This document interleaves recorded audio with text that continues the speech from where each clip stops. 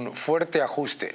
Bruselas ha informado al Ejecutivo la necesidad de España de hacer un ajuste en las cuentas públicas de al menos 19.500 millones de euros.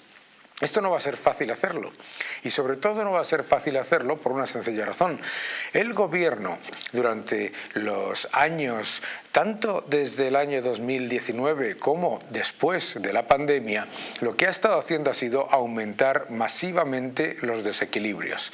El gobierno de España va a dejar en el año 2023, a pesar de la recuperación masiva de los ingresos fiscales, un déficit estructural que se estima por parte de los economistas de consenso, por FEDEA, etcétera, que se moverá alrededor de los 45.000 millones de euros. Un déficit estructural, es decir, el déficit que se genera, crezcamos o no crezcamos, que viene de haber disparado masivamente el gasto político.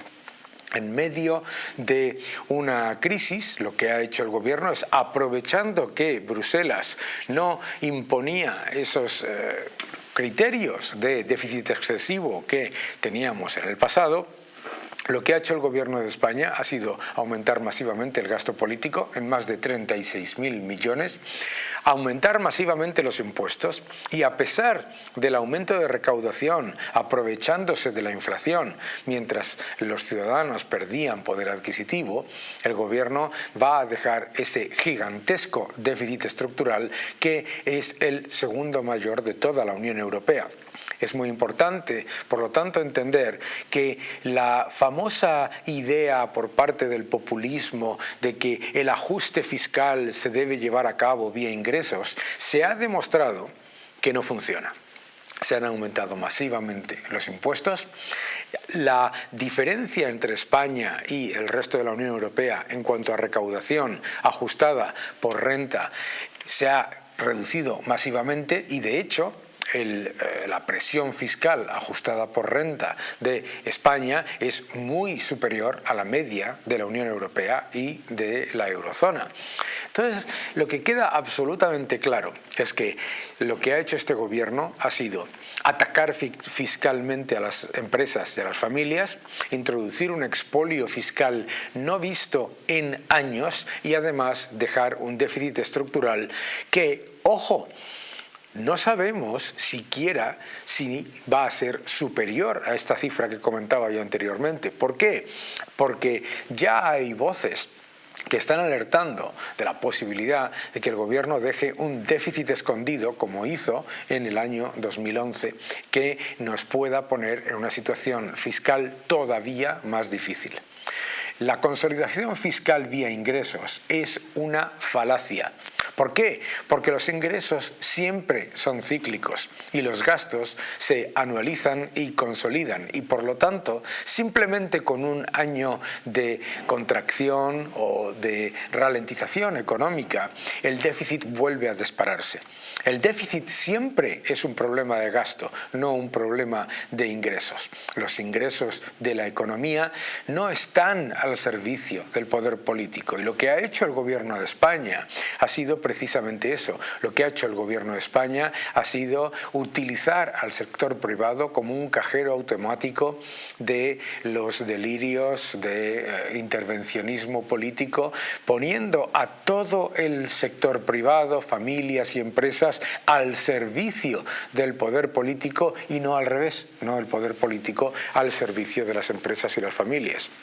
Se ha empeorado masivamente la presión fiscal a las familias y a las empresas. El esfuerzo fiscal de los españoles es muy superior al de sus vecinos. La presión fiscal ajustada por renta es también muy superior a la de sus vecinos y encima salimos muchísimo más debilitados. Los últimos datos de Eurostat son aterradores. España cierra el año 2022 con el nivel de desempleo y de subempleo más alto de toda la Unión Europea. Eurostat añade prácticamente 2 millones más de personas al paro y al subempleo de lo que reflejan las cifras oficiales. Pero es que además los españoles son los que más renta han perdido en este periodo. Cuando vemos los datos de renta por parte de los países de la Unión Europea, una de las cosas que ha publicado Eurostat son los datos de PIB per cápita ajustado al poder adquisitivo. Y lo que vemos es que desde el año 2018 este gobierno lo único que ha hecho ha sido empobrecer a todos los españoles. Por un lado, somos más pobres. Por otro lado, tenemos la recuperación más pobre de todas las de nuestro entorno. España sigue sin recuperar el nivel de Producto Interior Bruto del año 2019, a pesar del mayor estímulo fiscal y monetario de nuestra historia. Y encima deja el mayor nivel de paro y de subempleo de toda la Unión Europea, deja un número de demandantes de empleo que son superiores a los que había en el año 2018 y encima, añadido a todo esto, un déficit estructural que va a costar muchos años reducir, mucho esfuerzo y desde luego le va a pasar al próximo gobierno esa patata caliente, básicamente ese empeoramiento estructural de la economía española.